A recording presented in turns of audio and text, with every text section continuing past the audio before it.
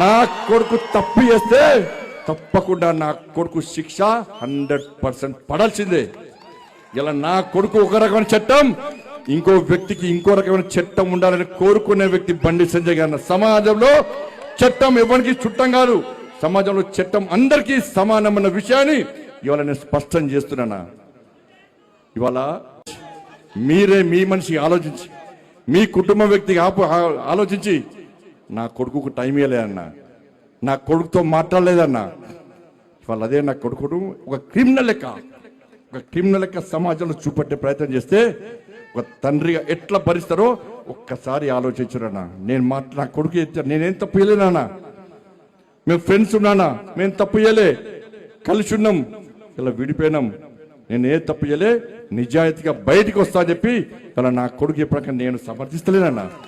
తప్పు ఎవడు చేస్తా కూడా, తప్పు ఎవడు చేస్తా కూడా నా కొడుకైనా సరే ఎవడైనా సరే చట్టం ముందు సమానులే.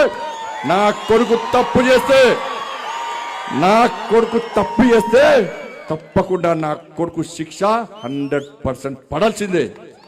ఇలా నా కొడుకు ఒక రకమైన చట్టం, ఇంకో వ్యక్తికి ఇంకో రకమైన చట్టం ఉండాలని కోరుకునే వ్యక్తి బండి సంజయ్ గారు. సమాజంలో చట్టం ఎవరికి చుట్టం కాదు, సమాజంలో చట్టం అందరికీ సమానమన్న విషయాన్ని ఇవాళ నేను స్పష్టం చేస్తున్నానా.